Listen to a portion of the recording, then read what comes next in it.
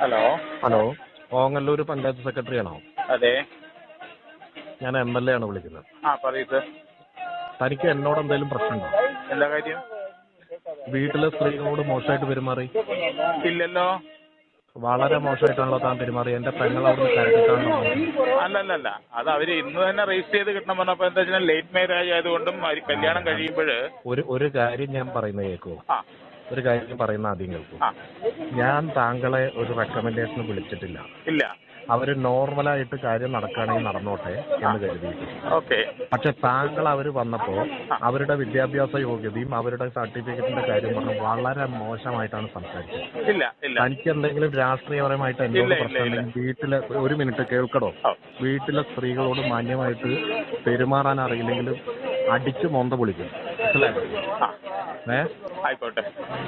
നേരിട്ട് ഭയനം നിനക്ക് അറിയാം. അവിടെ നിയമസഭയിലായതുകൊണ്ട് ഞാൻ മോശമായിട്ട് സാറ് മാന്യമായിട്ട് സ്ത്രീകൾ ആ പെൺകുട്ടി അവിടെ വന്നിട്ടല്ലേ പോയത്? എന്നോട് അവൾ എന്നോട് പറഞ്ഞില്ല, അവിടെ വന്ന ആളുകളാ പറഞ്ഞത്.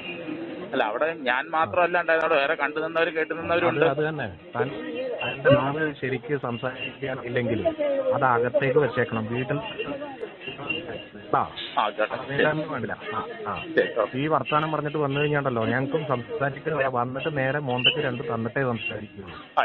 എന്റെ മാത്രമല്ല, താനും മെമ്പർമാരോട് മോശമായിട്ടാ പറഞ്ഞിട്ടുള്ളത്. ആ മുസ്തഫ മെമ്പറോട് എത്ര മോശമായിട്ടാ സംസാരിച്ചു? അവിടുത്തെ മറ്റു മെമ്പർ സ്ത്രീകൾ ആസീന മെമ്പറോട് എത്ര മോശമായിട്ടാ സംസാരിച്ചു?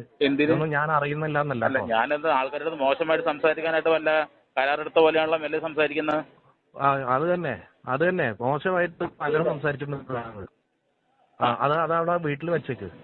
ഓഫീസിൽ ജോലി ചെയ്യുന്ന ആളാണ്. അതെനിക്കറിയാം, നല്ല ബോധ്യമുണ്ട്. ഞാൻ ആരാണെന്ന് ഞാൻ എങ്ങനെ പെരുമാറിയെന്ന് നല്ല ബോധ്യമുണ്ട്. അത് മാന്യമായിട്ട് സംസാരിച്ചാൽ മതി. ആയിക്കോട്ടെ. അല്ല പിന്നെ